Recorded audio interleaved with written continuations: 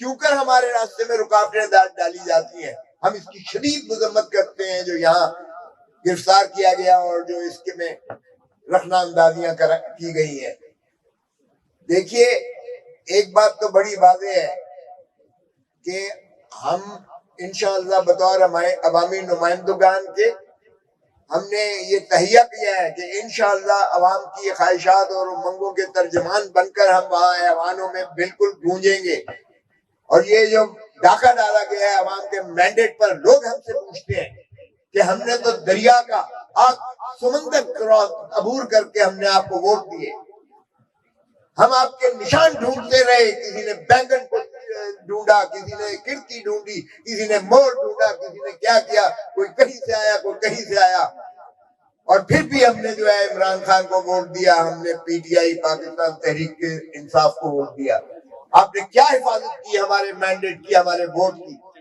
ارے اس کو تو چھوڑ دیں جو کہتا ہے ووٹ کو عزت دو. اس کو تو شرم بھی نہیں آتی ہے کہ ڈاکٹر یاسمین سے ہار کے بھی، اور وہ پاپائے روم بن کے اس وقت جو ہے اپنا سپریمو بنا بیٹھا ہے، اس کو بھی شرم نہیں آتی جو یہاں وزیر بنا وفاقی بیٹھا ہے، جو ریحانہ ڈار سے ہارا ہوا ہے، خواجہ آصف، اور ایسی بڑی بڑی باتیں وہاں کرتا ہے.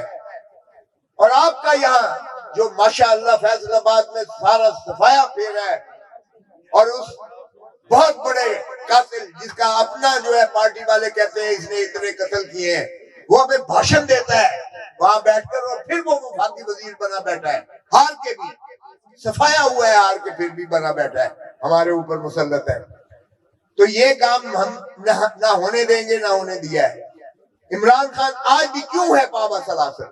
کیوں وہ ابھی تک جیل میں ہے؟ ہم سے لوگ پوچھتے ہیں کہ آپ کیا کر رہے ہیں، آپ عیاشیاں کر رہے ہیں، آپ وہاں ایم این اے بنے بیٹھے ہیں، آپ وہاں جو ہے ایوانوں میں بیٹھے ہوئے ہیں، ہمارا خان اندر ہے، جواب دیں ہمیں.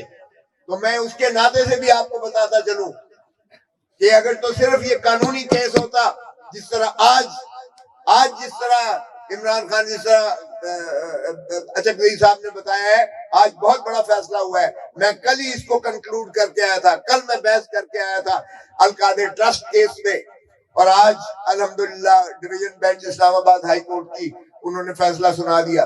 اور دیکھیں یہ وہ کیس ہے جس میں کہتے تھے یہ پاکستان کی سب سے بڑی ڈکیتی ہے، 190 ملین پاؤنڈ جو ہے یہ کھا گیا، فلان کر گیا، یہ کر گیا. اب ڈوب مرو شرم کے اس پیالی میں منہ ڈال کے ڈوب مرو.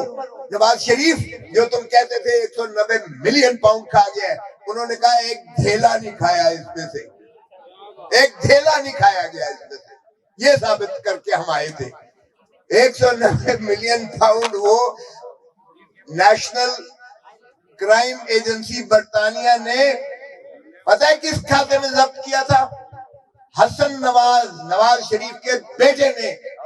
ون ہائیڈ پارک پیلس جو دنیا کی سب سے امیر یعنی مہنگی ترین وہ جگہ ہے، نواز شریف کے بیٹے حسن نواز نے 50 ارب روپے میں ملک ریاض کو بیچی.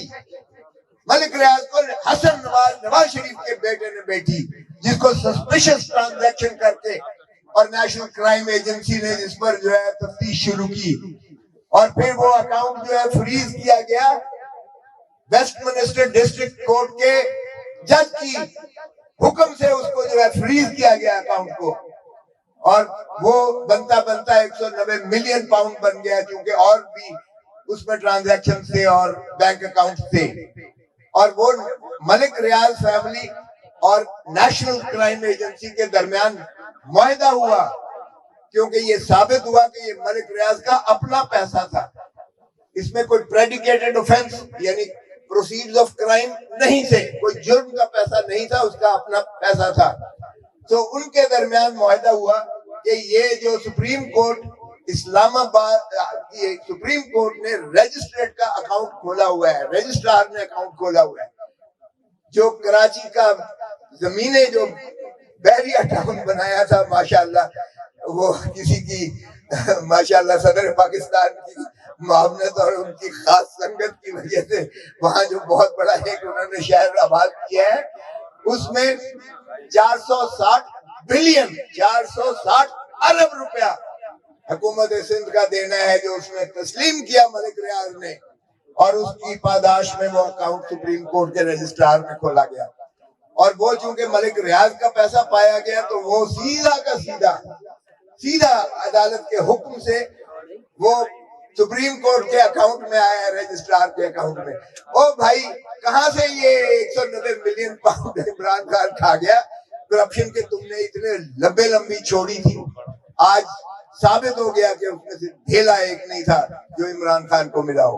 اور پھر جو القادر یونیورسٹی ٹرسٹ سوہاوے میں 458 کنال جو ڈونیشن تھی وہ آج بھی ٹرسٹ کے نام ہے، وہاں بلڈنگ بنی ہے اور وہاں پر 150 بچہ MBA مفت تعلیم حاصل کر رہا ہے، اسٹیٹ آف دی آرٹ تعلیم حاصل کر رہا ہے، اور یہ آپ انعام دیتے ہو، اور اس میں بھی شہادت آئی کہ ایک ڈھیلا نہ عمران خان نے لیا ہے نہ بشرا بی بی نے لیا ہے، اور اس میں جو ہے پھر آج ہائی کورٹ نے کہہ دیا کہ نہ 190 ملین میں کوئی اس کا ڈھیلا ہے، نہ وہ جو ٹرسٹ بنا ہے اس میں سے کوئی پیسہ بیچ میں سے گیا ہے، اور اتنے عرصہ عمران خان جیل میں رہا۔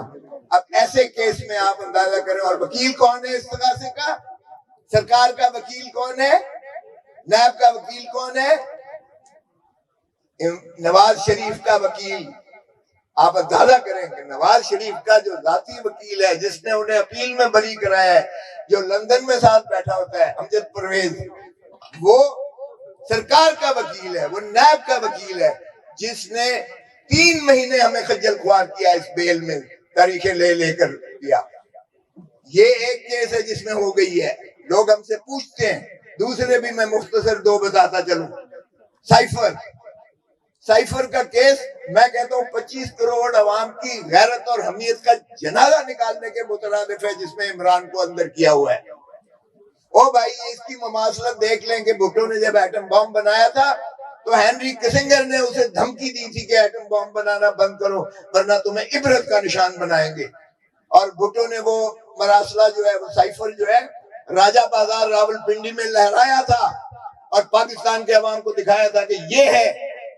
اور کیا کیا ہم نے ہینری کسنگر کے خلاف کوئی ایکشن نہیں لیا، ہم نے امریکہ کے خلاف کوئی ایکشن نہیں لیا، ہم نے بھٹو کو پھانسی دے کر لہر میں اتار دیا۔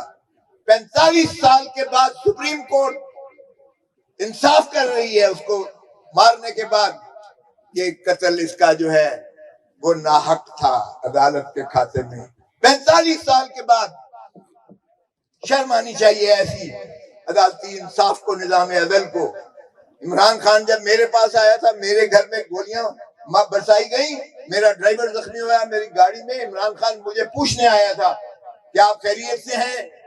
وہاں اس نے کہا کہ کوئٹہ میں رزاق شر کا قتل ہوتا ہے، اور یہ P S to P M جو آج جو ہے انفارمیشن منسٹر ہے، وہ سارے چینل پر چھا کر کہتا ہے عمران نے قتل کرایا ہے، اس کو پھانسی دو۔ تو عمران خان نے کہا کہ میرے سارے وکیلوں نے کہا ہے اس کو کھوسا ہی کر سکتا ہے، تو آپ مہربانی کریں میرا کیس قبول کریں۔ میں نے ان کا کیس قبول کیا اس لیے کہ مجھے پھر وہی نظر آ گیا کہ بھٹو کو ایک شخص نے اعانت کے کیس میں وعدہ معاف گواہ بنا کر جھوٹی گواہی پر اس کو پھانسی دے دی، اور 45 سال کے بعد اس کی بے گناہی پر ترشح کی۔